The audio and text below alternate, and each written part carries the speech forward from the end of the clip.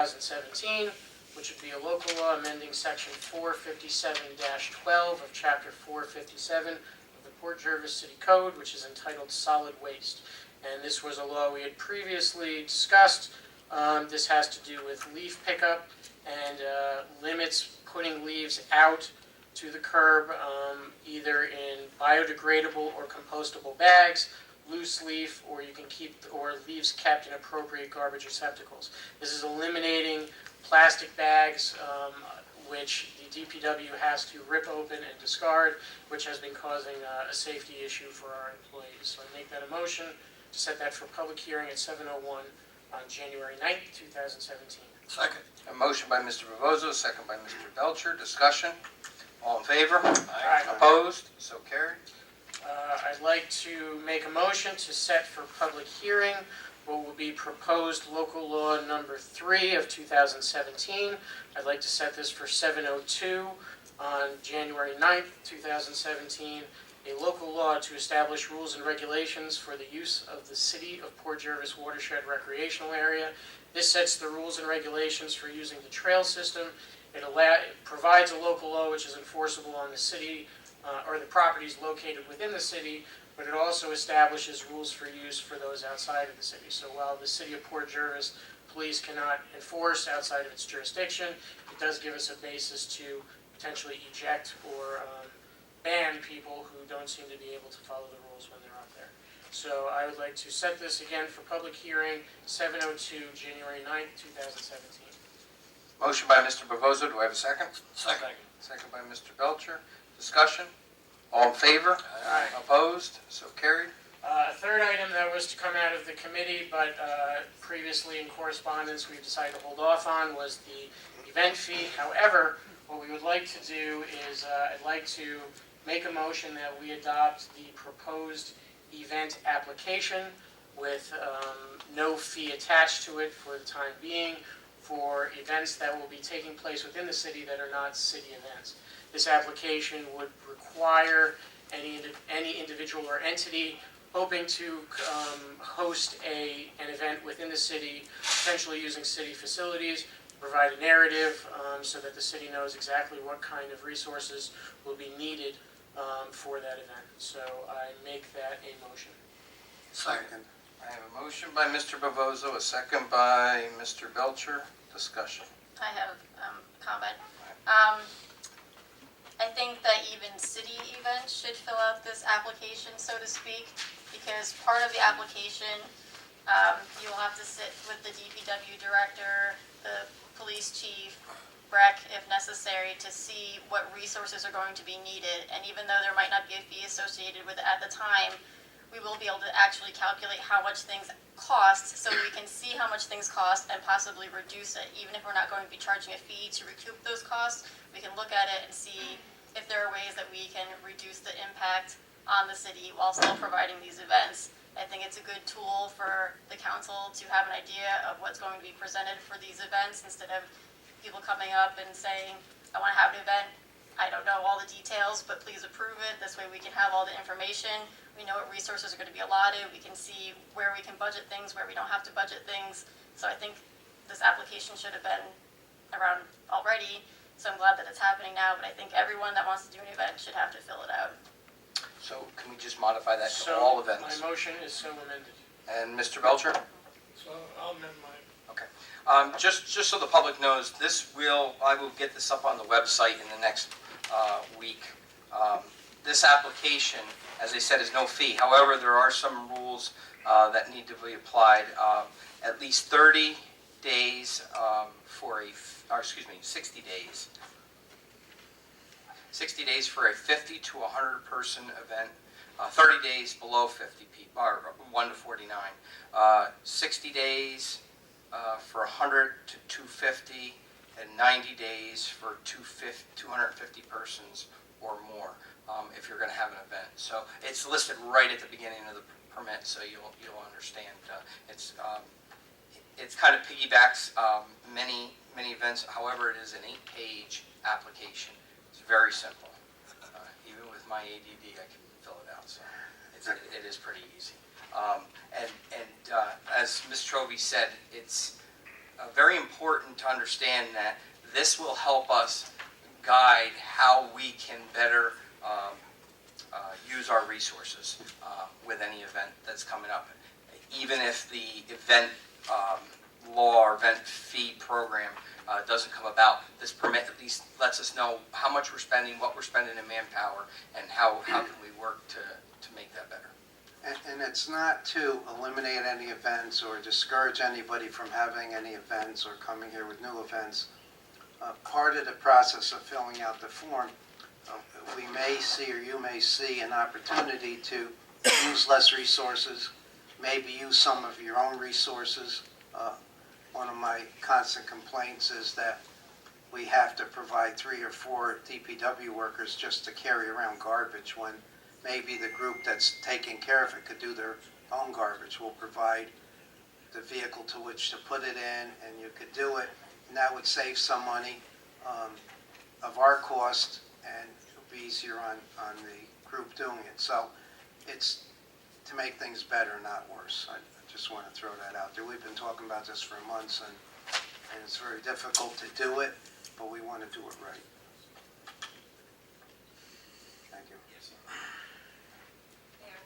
I'd just like to add to what Mr. Siegel said. We have been talking about this in code for an entire year, basically. It's been awful.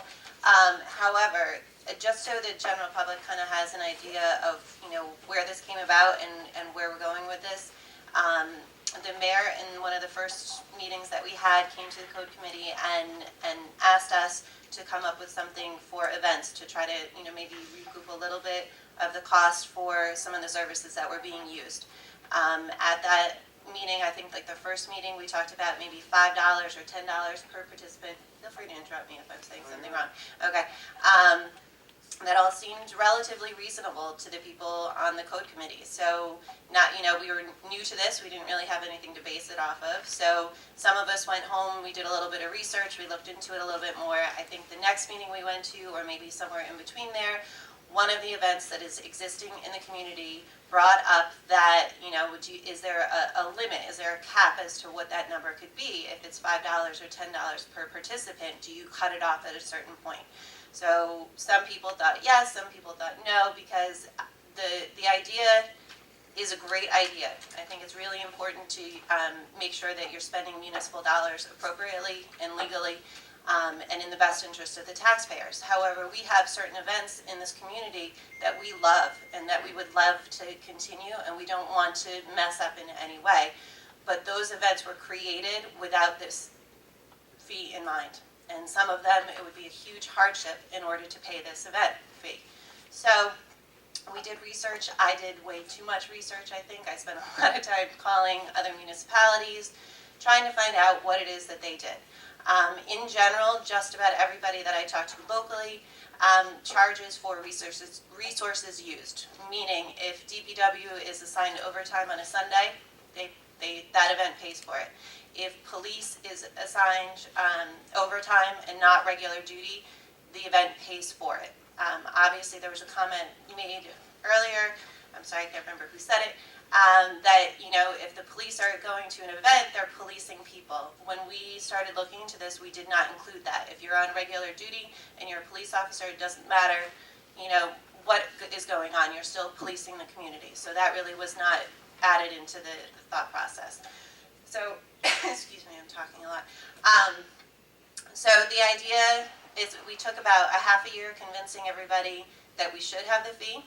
And then also there was some additional research done that, questions and can make a very strong argument, which you alluded to, on whether or not it's appropriate to use city resources for non-city events. I would love to, find some more information if somebody would bring it to my attention. However, based on what I've read, I don't believe that it's necessarily appropriate. So the fee, in my mind, has two aspects. One is to reduce costs of what we're spending, and the other is to be more compliant with the law. The research that we did after we figured out that that is what other communities do, the research that we did is I sat down with DPW and police and found out what we were spending. So just offhand, some events are only a couple $100s here or there, and then we have, one event that costs $14,000 approximately to put on, that the city pays for. So in my mind, as much as I love these events, that's a problem. So we need to look at if there are ways to cut costs by maybe doing things a little differently, but also looking to have the onus on the event holder. So I think that was all. Was that it, basically? So that's where we're at. So I know that there was a comment that, the city is trying to raise revenue this way, or we're trying to, pinch pennies or nickel and dime people. And for me, that's not it at all. I'm not looking to get rid of events. I'm looking for future events to have them be funded properly, but also if there's a way that we can work it out so that the existing events don't, feel the pain, I'm more than happy to work that out, which is why, even though I know this law was supposed to come up for public hearing tonight, I definitely pushed for a little extra time, because we talked about it for an entire year, and I think it's only fair that we allow the events and the event organizers, to have a little bit of time to digest this, and see if we can, if there's anything that can be worked out, so it's not as much of a hardship. So that's really why I'm waiting. The application, I 100% support. I also support the law, but I'm more than happy to, to wait on it, to make sure it's done properly. That's it. I just want to add and possibly maybe amend the motion. Many of you know that throughout the city, all the entrances and up here on Ulster Place, there are new frames, and you've seen Chris Kundelmar had the event. Some of the football also used it for the cheerleaders promotion. I'm going to ask for an amendment to your motion to only allow banners in those frames, and we can add frames down the road if we feel, because it's very inexpensive. However, the old banners that used to be hung up, we can no longer hang them. We were hanging them on the underpass, and there's a real liability. God forbid it falls off or rips and falls on a car. So we want to eliminate any type of banners over the underpass, and only request that the frames be used. And it also cuts back in a lot of time, because the electricians would have to go up and put these banners up in the bucket truck. The banners are now 30 inches wide by 48 inches long, and can clearly, as long as somebody is very good in graphics, can make them so they really pop out and people can see them. So if I could ask for the motion to be made that no longer will the larger banners be put up, and that it's only to these the 30 by 48 inch long. So moved. Sure. Do you want that attached to the application?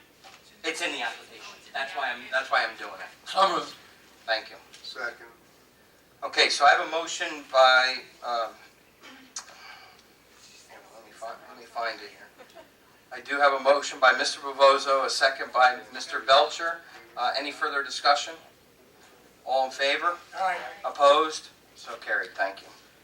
And I do expect some more potential local laws to be coming out of the next code and legislative meeting, which is tentatively scheduled for January 4th at 7 p.m. here in the council chambers. And that's all I have. Thank you, Mayor. Thank you, sir. Public Works and Environmental Affairs, Mr. Belcher. Thank you, Mayor. I was unable to attend the last DPW meeting, and Jack Farr was kind enough to take care of the meeting and do the minutes. And I'd like to read those minutes and get approval. Discussion on the reservoir levels and the need to continue possible water restrictions were discussed. Discussion in regards to safety on the watershed, because they located several individuals the day of that meeting with firearms illegally hunting on city-owned property. There was discussion on the Tri-State Road widening and bridge replacement project and the stages that they're currently at. And there was a presentation from Fire Engineering on the current status of our dams and work that needs to be done to stay in compliance. The dams were found to be in satisfactory condition, with some minor work to be done immediately and some major expenditures needed in the next 5-year window. There was a discussion in regards to the guardrail at Jersey Avenue and East Main Street and possible funding. and there was going to be research done to decide if funding was approved.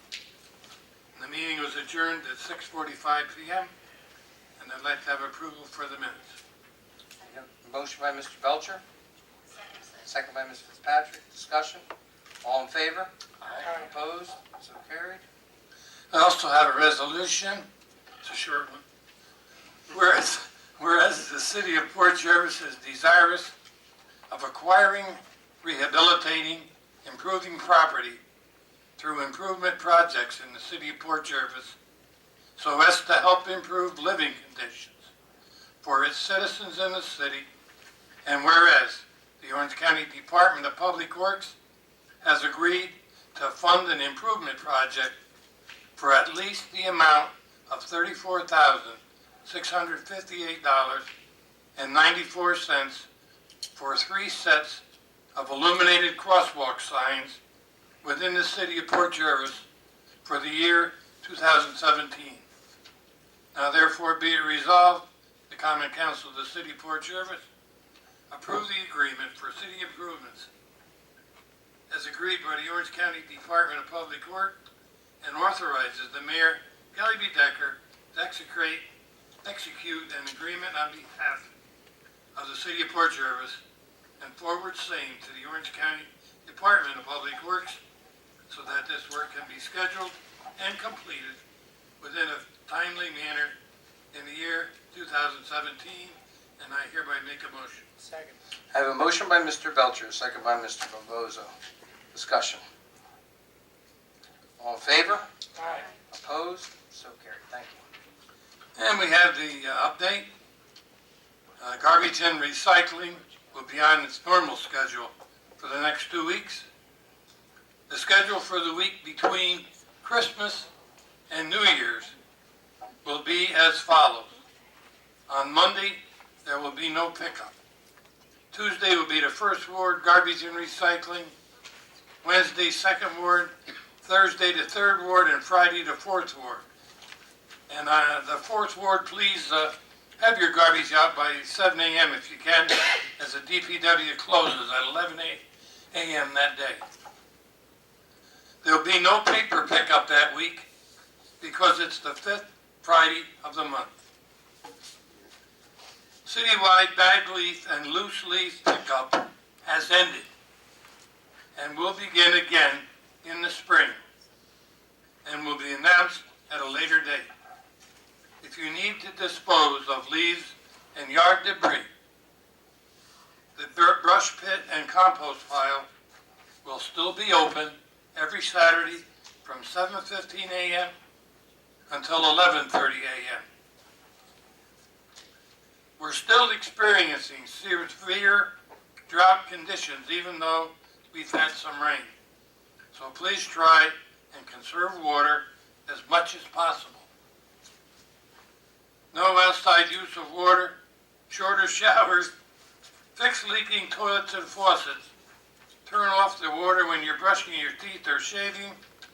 Thank you for helping out in any way you can. Every little bit helps. Next DPW meeting will take place on January 3rd at 6 p.m. here in the council chamber.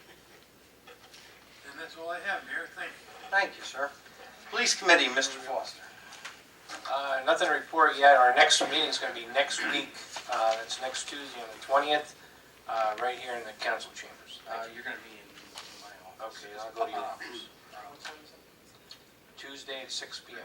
Yeah, because planning will be in here. The planning's at 7. Oh, what time's yours? 6. Oh, 6. That's why I made it Oh, at okay. 6. And then All right, planning thank you. come in at 7. Liaison, CDA, Ms. Trovey. Thank you. The CDA has not met since our last meeting. The next meeting will be held at 7 p.m. on Wednesday, December 21st, on the second floor of the Youth Center. Thank you. Thank you. IDA, Ms. Randazzo. The IDA committee has not met also since the last meeting. Our next meeting is on Wednesday, the 21st, at 6 p.m. here in the council chambers. Thank you, Mayor. Thank you. ADA, Mr. Foster. Yes, we met last Thursday, right here. It was noted that the Common Council would propose in the 2017 budget line of $4,000 The Orange County is going to purchase 3 sidewalk crossing set lights. A discussion was held regarding here in City Hall, the first handicap parking space, if the space can be extended to the grass area of the space so a person who uses a wheelchair can easily wheel right up to the ramp. This will be looked at in the spring. The ramp here at City Hall needs to be wider and replaced. This will be looked at in the spring. It was noted that the grievance procedure needs to be published in the newspaper and on our city's website. It was also noted and discussed that there should be an automatic door openings to the building entrances that the city owns. In particular, 2 of them at City Hall will be looked at. That's over here on the side parking lot and also in the main entrance. The DPW building and also the Port Jervis Youth Center will be looked at in the future as well.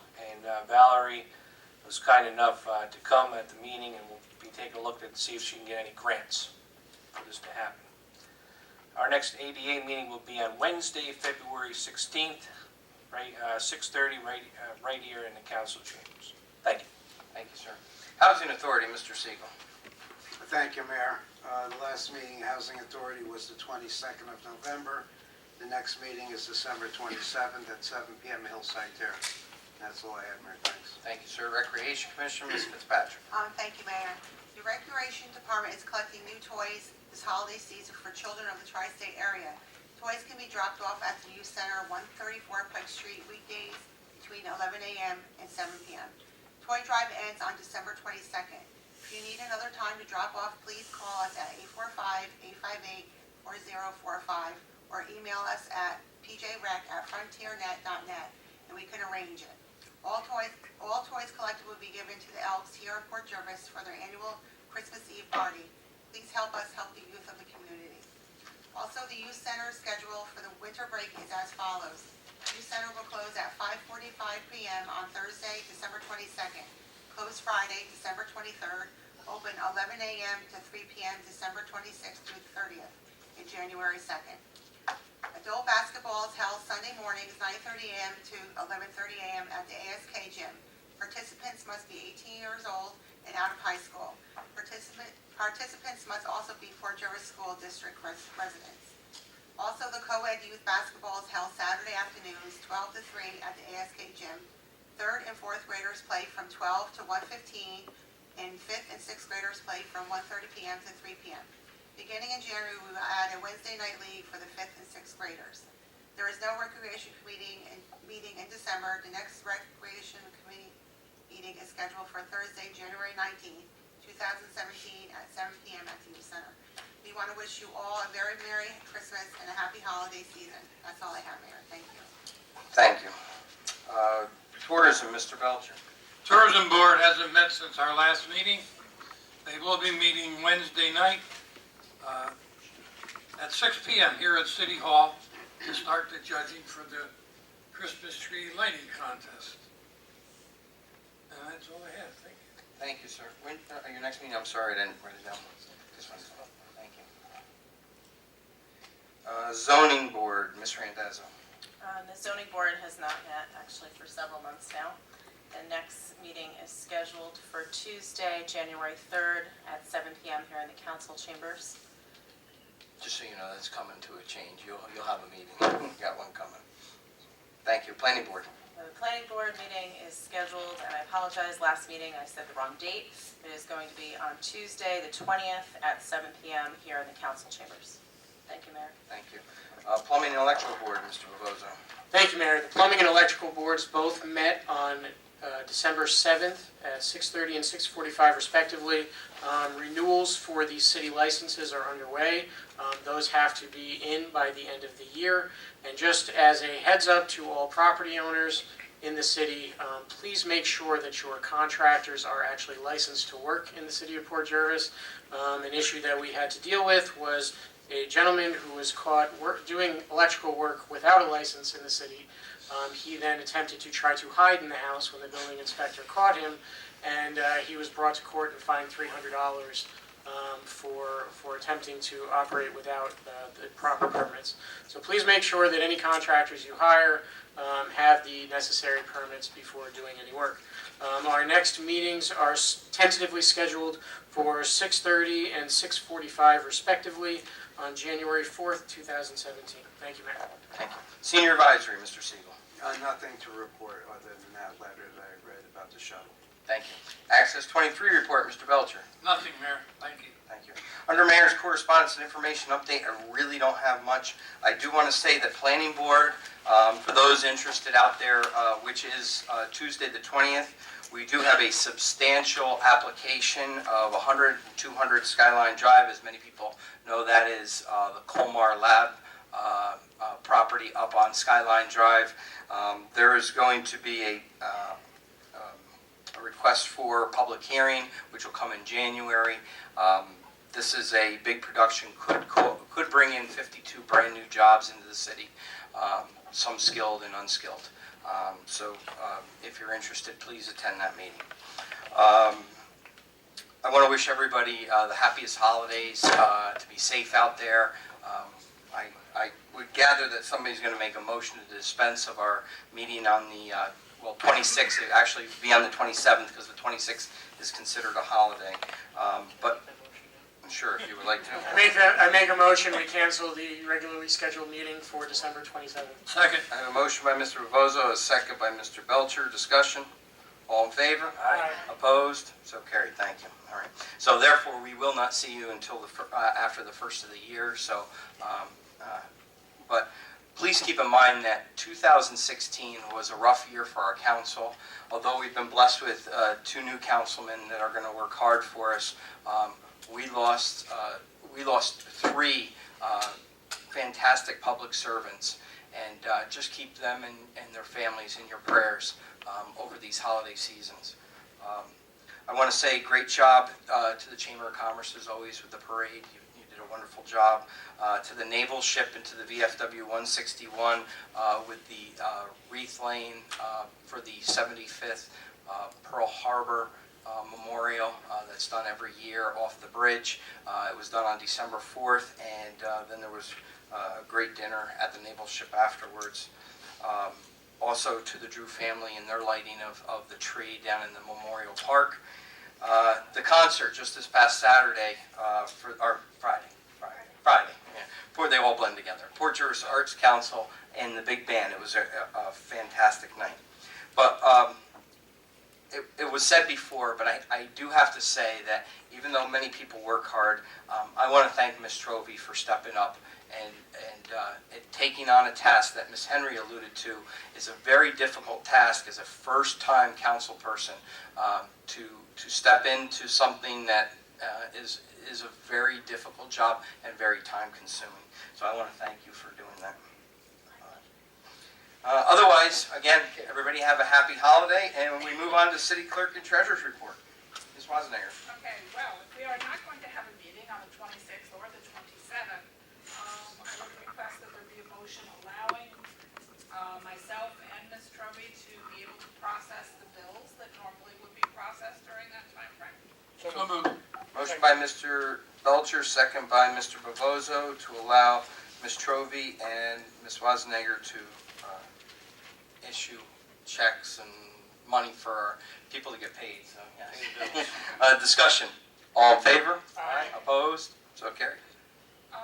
Secondly, I will say, it was a tough budget for 2017.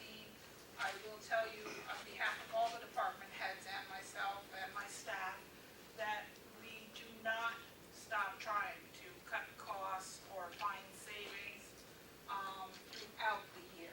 As the chief alluded to, we are constantly checking and rechecking and seeing where we are through the process of every year. Also, I would like to say that I have quietly referred to the Code Committee an issue that I think needs fixing in our code and charter. As we had a difficult budget coming in and the votes were going to be questionable as to whether there would actually be a 2/3 majority vote, the city attorney attorney and I combined to do some research, and actually, if there had not been a 2/3 majority vote, which there wasn't, if the budget, and if the mayor so chooses, actually, if the mayor still chooses to do so, he does have 10 days in which to veto this budget. And quite frankly, our charter and code has